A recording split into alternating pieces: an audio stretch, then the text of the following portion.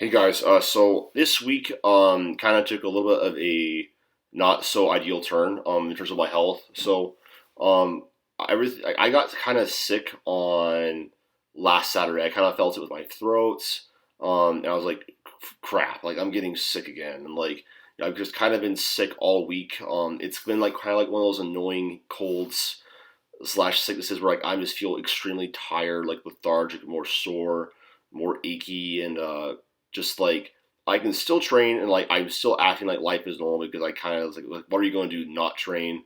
I'm still working as hard as I possibly can for my clients, not compromising my services, but it's definitely reducing my ability to recover, and I kind of just feel like sleeping most of the time. But like with all that being considered, like everything that I'm hitting this week has been PRs, still on squat and on deadlift. So things are, looking pretty good. Um, and I'm really happy with how things are trending in terms of that. 650 again is kind of becoming weight I can hit more or less like any day, which is a really great sign that I'm getting really confident with that. I'm able to deadlift more weight than I ever have in my entire life after squats. So it's a really cool thing. With my deadlift, what I'm thinking of a lot is just having a little bit of a closer stance and having my feet face more forward because I found that for myself, I can get better hip anchoring and drive off the floor and keep my back at a better angle. And that makes sense because my conventional deadlift is a very strong movement for me. And I can get a little more of my back involved in the movements as well as leg drive. So it just works better for myself.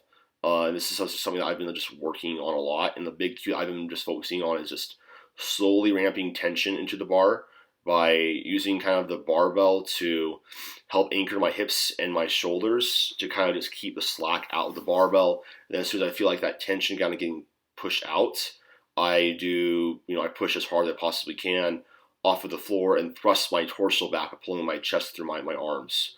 Um, so that's been going really, really well. Bench, on the other hand, is kind of having to take a step back. Um, I don't know exactly what caused this. I believe it's because I tried doing a max grip bench last block. I was making progress. I got 304 for 4 reps at RPE 9, which was an all time PR, and everything else was going really, really well, like hitting all time PRs. And then all of a sudden, it started getting, pec pain. I've been really overreached and just having to take like a step back with bench basically and uh, troubleshoot it. But that's a little bit annoying, but it's just kind of part of the process. So having to take a step back, I don't want to, just because I want to stay healthy. Now squat, on the other hand, on this day went absolutely phenomenal. And again, remember, like I'm sick, like I don't feel good. I'm tired. I'm more sore. Recovery is down, and I'm still able to come into the gym, hit 363, and then next is 374 is 474, which is just 5 kilos under my meet PR, and blow it up, which is amazing to me to see that my baseline is so highly elevated, and like weights like this are moving really, really well. Um, Something I am working on is I'm bracing really, really hard into my belts, and then kind of just really controlling more around the hole on the bottom of my squat, and kind of, I guess, pausing it a little bit. And something that I've just tried to really tell a lot of my lifters and whatever is I think lots of times when we get heavy weights on our back or whatever, it's really easy to get scared and want to rush things. But it's really, really important to focus on tensioning and proper positioning, and understand that that speed will come as you get stronger. Um, it's because there's basically a force velocity relationship that says that lighter weights relative to your maximum loads will be able to move faster, heavier weights move slower. And as long as you're focusing on the right positions, wherever your strength levels are at on that day, the bar is going to move however fast it's going to move. Um, so that's been really helpful. Like on these deadlifts, just being really patient off the floor, not losing that back position, and like it's just going up really, really well. Um, like deadlifts are feeling really, really good, and squats are feeling really, really good, despite bench not feeling too good.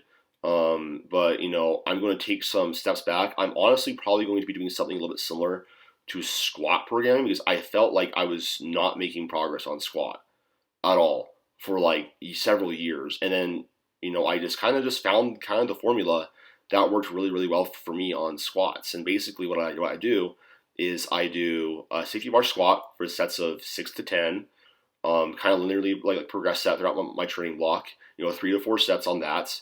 Then I do some leg press afterwards, about 3 sets of 10 to 15 reps. And then I do on my secondary day 4 to 5 sets of comp squatting and other variations like a pause squat is really important for me. Like I love pause squats and having some sort of like accessory after that. So usually still going to do 3 sets of belt squat. Then I do one more day that's kind of just light, non-specific, kind of just feeler work. It's super light, RP like 5 to 6 leg pressing on that third day just to get a little bit extra volume in, promote some more recovery. And I kind of am going to do something similar to that with benching, I think, going forward with volume and whatnot, because there's no reason that, for me to be plateaued out at mid 300s. So I'm pretty confident that it's going to work. I'm not too concerned. And then besides that, like little like physique update, like feeling like I've definitely gained some more muscle. Definitely getting a little bit leaner too. This is happening slowly. Obviously, I still have a lot of size to gain at like 186 for right now. My coach and I made the decision to add in a little bit more food just because I've been maintaining between 184 to 186, and because I am starting to notice some recovery issues. We're just bumping up food by about 100 calories and seeing what that happens. And for those of you who might be like, oh, only 100 calories, like think about how much work it is to burn 100 calories of cardio. Like that's significant. Like that is significant in my opinion of an addition of calories. And again, the whole role of nutrition is just to be supportive of that muscle growth. So you don't want to be, force feeding. You want to make sure that you're at least eating enough to support those adaptations and whatnot. While not accumulating body fat too rapidly, because muscle growth does take time. And basically, my whole approach with gaining and really anything is like longer, lower, slower, with like training volume, supplements, etc. It just works better as you get strong and more muscular over the span of months and years, not weeks. So that's the update. Hopefully, I feel better soon. And that's kind of a recap for this week of training.